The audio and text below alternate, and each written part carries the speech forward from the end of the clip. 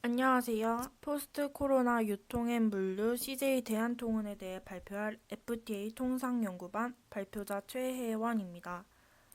목차입니다. 서론, 본론, 결론 순으로 발표 진행하도록 하겠습니다. 서론입니다.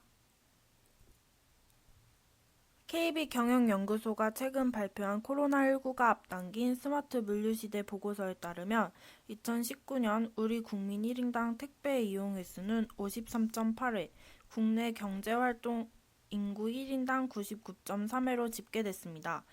이 말은 이미 택배 서비스가 우리 국민들에게 일상화됐다는 의미입니다. 여기 그래프를 보시면 올해 상반기 택배 물량은 전년 동기 대비 20% 이상 늘어난 것을 알 수 있습니다. 국내 물류 시장은 이미 연간 10% 안팎의 빠른 성장세를 보여오고 있는데 특히 올해는 코로나19로 비대면 소비가 늘면서 수직 성장이 예상되고 이러한 성장으로 인해 물류 산업에서 코로나에 대응하기 위한 스마트 물류가 더욱 가속화될 것으로 보입니다. 여기서 스마트 물류란 신기술을 활용한 자동화 설비를 구축하여 인력을 최소화해 물류의 이동이 가능하도록 하는 시스템을 말합니다. 사물, 인간, 기업, 사회를 유기적으로 연결하는 스마트 물류는 인공지능과 ICT 등의 다양한 신기술을 활용해 물류 현장 자동화 설비를 구축하는 시스템입니다. 수송부터 보관, 포장, 배송까지 물류 현장의 전 과정에서 자동화 기계를 활용해 효율성을 극대화하는 특징이 있습니다. 스마트 물류 시스템은 4차 산업기술의 집합체로 물류 4.0이라는 개념으로도 언급됩니다.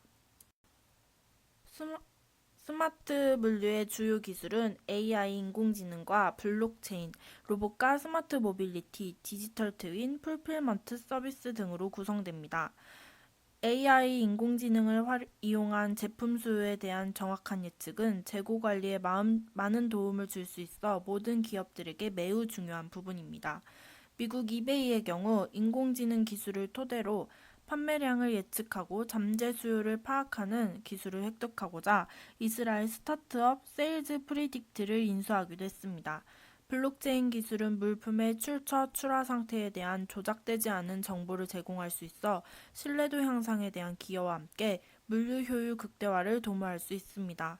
물류 공장 내부에서의 로봇과 모빌리티 활용은 물류 시스템의 효율을 2배가량 높일 수 있으며 인건비 절약과 정확한 배송 체계 구축에도 도움을 주어 다양하게 활용됩니다.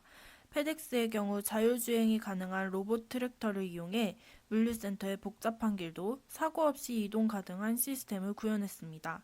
또한 알리바바는 몇 년 전부터 물류센터 입고 이후 재고 적치부터 피킹, 포장에 이르는 전 과정에 로봇을 적용하여 물류 업무를 처리하고 있습니다. 디지털 트윈은 실제 물체를 가상의 디지털 세계에서 똑같이 시뮬레이션 하도록 하는 기술을 말합니다. 물류기업은 이를 이용해 실시간 모니터링을 가능하게 해서 물류 효율화를 실현할 수 있습니다. DHL 서플라이 체인은 스웨덴의 종이용기 생산업체인 테트라팩과 공동으로 아시아 최초의 디지털 트윈 물류 창고를 싱가포르에 설립했습니다. 3D 모델에 연결된 창고 플랫폼에서 수집한 IoT 데이터는 모든 품목의 크기, 수량, 위치 및 수요 특성을 포함하는 재고 및 운용 데이터와 결합시켜 활용됩니다. 풀필먼트 서비스는 주문한 상품이 물류창고를 거쳐 고객에게 배달되기까지의 전 과정이 자동화된 시스템으로 물류 효율화를 극대화시켜 새벽 배송, 로켓 배송 등을 가능하게 하는 기술입니다. 이 부분은 뒤에서 더 자세히 설명하도록 하겠습니다. 다음은 CJ 대한통운의 포스트 코로나 대응 전략에 대해 발표하도록 하겠습니다. CJ 대한통운의 대응 전략 첫 번째는 테스입니다.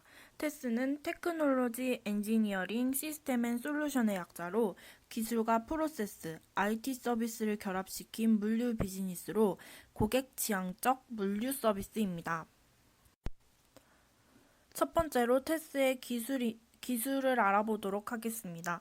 테스의 기술은 물류 자원 센싱, 스마트 패키징, 디지털 피킹, 하역 자동화로 나눌 수 있습니다. 우선 물류 자원 센싱은 센서와 광학 기술을 활용하여 최적, 중량, 바코드 등 다양한 화물 정보를 삼면 센스를 이용한 인식을 통해서 분류할 수 있게 해주는 기술입니다. 이 기술은 일괄 검사를 가능하게 해주는 것뿐만 아니라 검수 자동화 시스템에도 적용시켜 정보 확인과 검사 검수를 동시에 진행할 수 있게 하여 시간과 인건비 절감 그리고 정확성을 높일 수 있는 기술입니다. 다음은 스마트 패키징입니다. 박스 내 빈 공간 자동 센서 및 완충제 충전과 자동으로 테이핑과 라벨링을 하여 포장을 자동화할 수 있는 시스템입니다.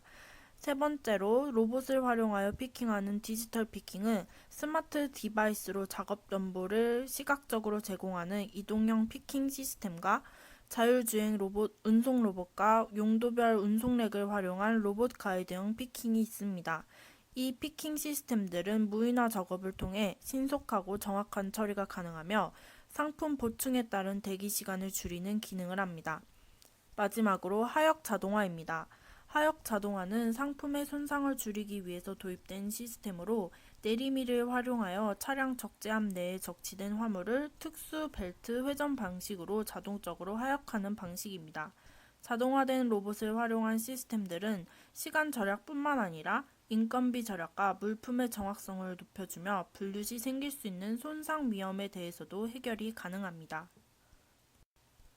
다음은 테스의 엔지니어링입니다. 테스가 활용한 엔지니어링은 물류 데이터 분석과 거점 네트워크 및 수배송 시뮬레이션, 물류센터 및 설비 시뮬레이션으로 총 4가지입니다. 우선 거점 네트워크 최적화 서비스는 물류 데이터를 분석하고 중장기 물량을 확인합니다. 수배송 최적화 서비스는 운송 실적 데이터 분석과 운영 제약 조건 정의와 노선 최적화, 배송 경로 최적화, 자원 최적화를 활용하고 물류센터 및 설비 시뮬레이션은 물동 데이터 분석, 제품 군별, 브랜드별 물량 확인 및 신규 센터 설계 및 운영 중 물류센터 재배치를 하는 등 이런 엔지니어링을 활용하여 물류가 최적화된 상태로 놓을 수 있는 기능을 합니다. 마지막으로 테스의 시스템 앤 솔루션입니다. CJ 테스는 IT 시스템을 기반으로 창고 관리, 포워딩, 통관, 수배송, 택배 등 다양한 서비스를 제공하고 공급망 전반의 시야를 확보하여 예측 가능하고 안정적인 엔드투엔드 솔루션을 제공합니다.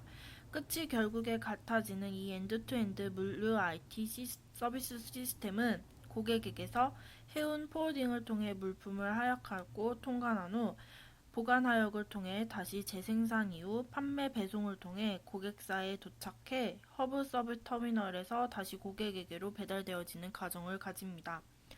복잡한 물류 시스템을 간소화시켜 선화증권의 정보와 해상항공, 수출입 정보, 실시간 운송, 재고 정보, 화물 추적, 도착 예정 정보 등 다양한 정보를 물류 IT 시스템을 활용하여 실시간으로 공유하고 자동화시켜 시간과 절차를 간소화하는 기능을 합니다.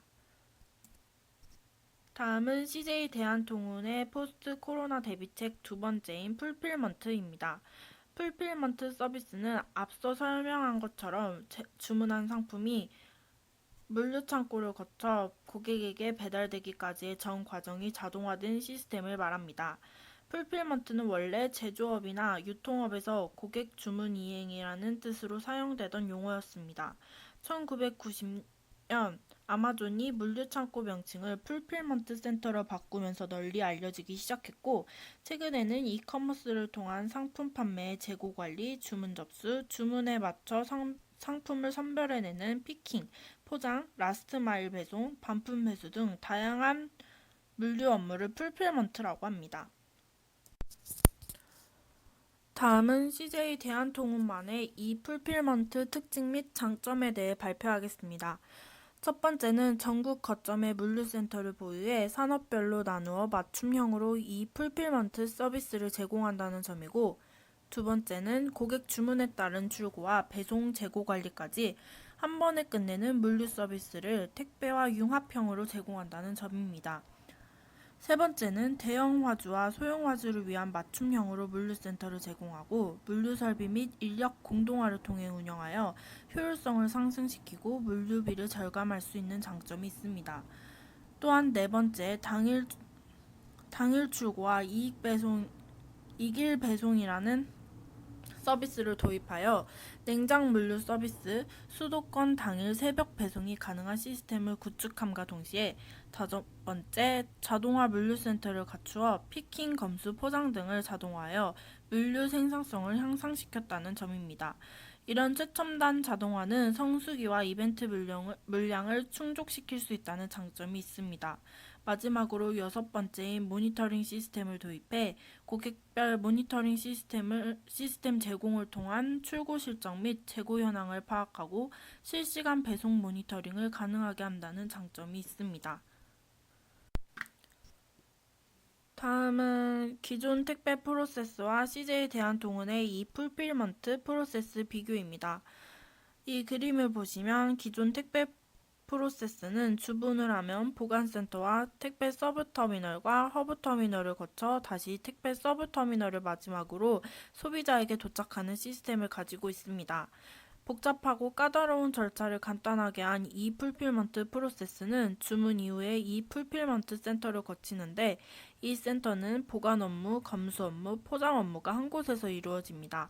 이후 택배 서브터미널을 도착해 최종적으로 소비자에게 도착하는 프로세스를 가집니다. 기존 택배 프로세스의 불필요한 과정과 이동을 최소화시키는 이 풀필먼트 센터를 구축해 인건비와 시간 절감을 통해서 소비자에게 보다 나은 서비스를 제공할 수 있습니다. 다음은 많은 운송업계 중 아마존과 페덱스를 선정해 물류 전략을 비교해 보도록 하겠습니다. 아마존은 도서, 의류, 신발, 식품 등 다양한 품목을 판매하는 미국의 온라인 커머스 회사입니다. 아마존의 최대 강점 중 하나는 FBA입니다. FBA는 풀필먼트 바이 아마존으로 아마존의 풀필먼트 전략을 의미합니다. FBA를 이용하는 셀러는 아마존 풀필먼트 센터에 상품을 보관하고 아마존이 해당 상품의 성별 포장, 배송 및 고객 서비스를 모두 담당합니다. FBA를 이용하는 셀러의 혜택을 구체적으로 살펴보면 FBA로 등록된 상품은 아마존 프라임 고객 대상으로 2일 내 무료 배송, 일반 고객 대상으로는 $25 이상 구매 시 무료 배송이 가능합니다. 또한 아마존이 직접 제공하는 고객 서비스를 자신의 상품 소비자들에게 제공할 수 있습니다. 아마존의 고객 서비스는 주로 라이브 챗으로 이루어지는데 24시간 365일 제공되며 기다림 없이 즉각 접속 가능하고 한 번의 채팅으로 거의 모든 애로사항이 해결되는 것으로 유명합니다.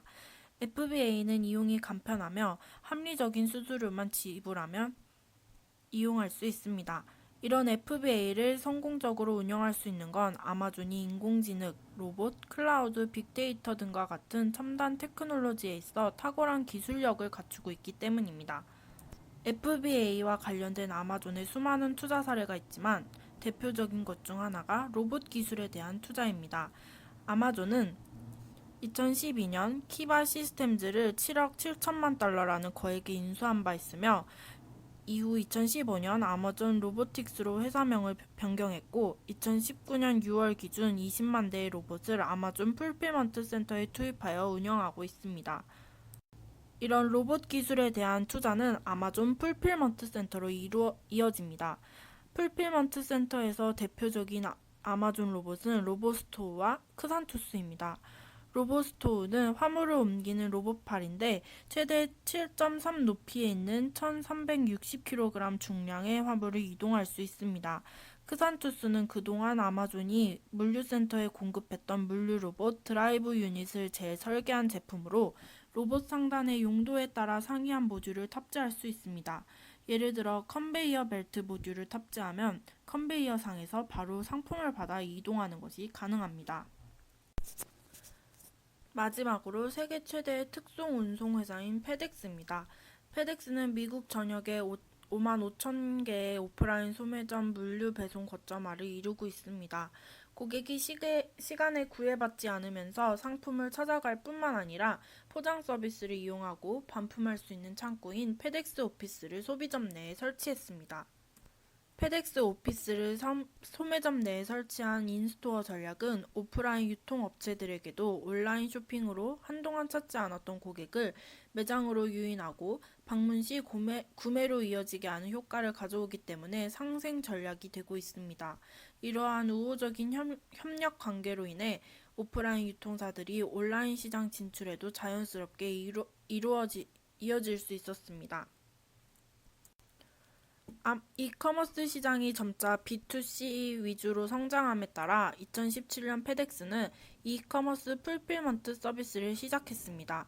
아마존의 FBA와 같이 판매자는 상품을 페덱스 물류창고에 보관하게 되고 페덱스는 다수의 플랫폼에서 발생하는 고객사의 주문을 통합 관리하여 하루 이틀 내에 배송합니다. 페덱스는 아마존의 FBA와 달리 상품 추적 및 포장의 사이즈나 무게와 상관없이 통일된 요금을 부과합니다.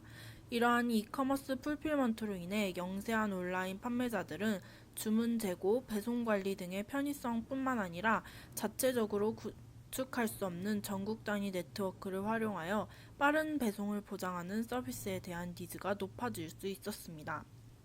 마지막으로 결론입니다. 코로나19는 원부자재 공급 중단, 공장 가동 중단, 물류 중단 등 생산 유통 물류 전반에 걸쳐 악영향을 미쳤습니다. 이에 따라 언택트 트렌드가 확산되면서 물류 산업에도 언택트 시대를 맞이해 우리나라 이커머스 시장은 새로운 실험과 세계에서도 유례없는 시스템을 갖추고 급성장하고 있습니다. 현재 국내 소비시장 점유율이 30%에 달하는 이커머스 기업들이 언택트 시대에 탑승한다면 조만간 한국인 소비의 50%를 무점포 소매업이 담당하게 될 수도 있습니다. 향후 언택트 시대의 유통 물류에 대한 시사점으로 첫 번째, 한국이 세계 최초로 미래 라이프 스타일의 표준이 될 가능성이 있다는 것입니다. 언택트 시대에 발맞춰 언택트 소비자도 급증하고 있습니다. 이커머스 시장의 발달로 한국은 코로나19 사태에서 주요 국가 중 거의 유일하게 물품 사재기가 발생하지 않았습니다. 약 2,005만 명이 고소득의 스마트폰 사용자가 사는 수도권이라 불리는 메가시티를 둔 한국에서 본격적 미래사회가 펼쳐질 가능성이 커지고 있다는 뜻입니다. 두 번째로는 소매산업 정체성과 경쟁 양상이 급변하고 있다는 것입니다. 지금 소매업은 전통 서비스 산업에서 IT 융합 정보업으로 변하고 있습니다.